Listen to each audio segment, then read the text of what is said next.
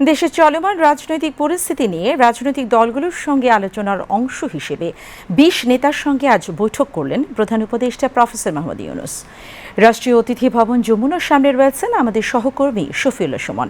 আমরা এখন যুক্ত হব তার সঙ্গে, জানব রাজনৈতিক নেতাদের সঙ্গে বৈঠক কোন কোন বিষয় নিয়ে আলোচনা হয়েছে।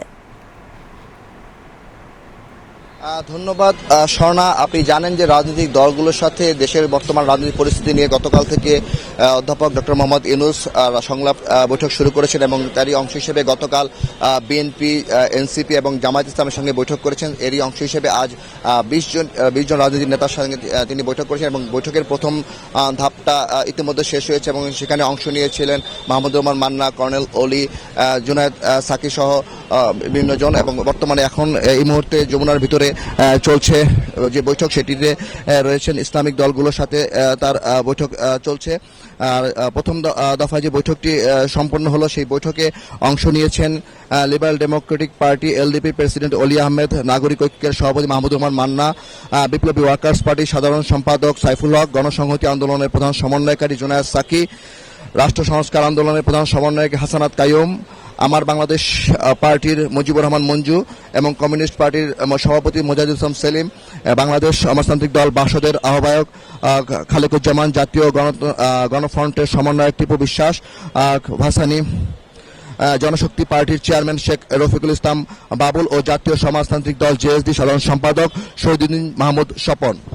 এই মুহূর্তে যে বৈঠক চলছে, সেই বৈঠকে অংশ নিচ্ছেন ইসলামিক বক্তা সাদিকুর রহমান, ইসলামিক আন্দোলন বাংলাদেশের আমির সৈয়দ মোহাম্মদ রেজাউল করিম, বাংলাদেশ খেলাফত মজলিসের মহাসচিব মামুনুল হক, খেলাফত মজলিসের মহাসচিব আব্দুল কাদের, হেফাজতে ইসলাম বাংলাদেশের যুগ্ম মহাসচিব আজিজুল হক, জমিয়ত ইসলামী বাংলাদেশের মহাসচিব মঞ্জুরুল ইসলাম আফেন্দি, গণ অধিকার পরিষদের সভাপতি নুরুল হক নূর, বাংলাদেশ নেজামী ইসলাম পার্টির মহাসচিব মুসা বিন ইজহার এবং ইসলামী ঐক্যজোটের মহাসচিব শাখাওয়াত হোসাইন রাজি।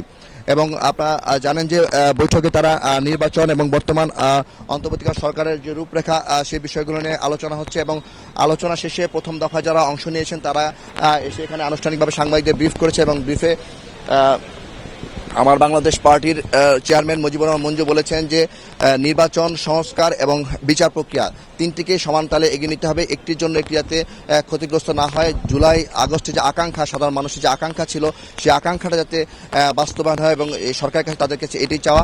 একই কথা আমাদেরকে যে বলেছেন ডক্টর কর্নেল অলি আহমেদ এবং মাহমুদুর রহমান মান্না, তারাও বলেছেন যে তড়িঘড়ি করে নির্বাচনও নয়, তবে জুলাই আগস্টে যে আকাঙ্ক্ষা মানুষের মাঝে রয়েছে, সেই আকাঙ্ক্ষার যাতে বাস্তবায়ন হয়, সেই রূপরেখায় যাতে বর্তমান অন্তর্বর্তীকালীন সরকার দেয়, সেটাই তাদের চাওয়া।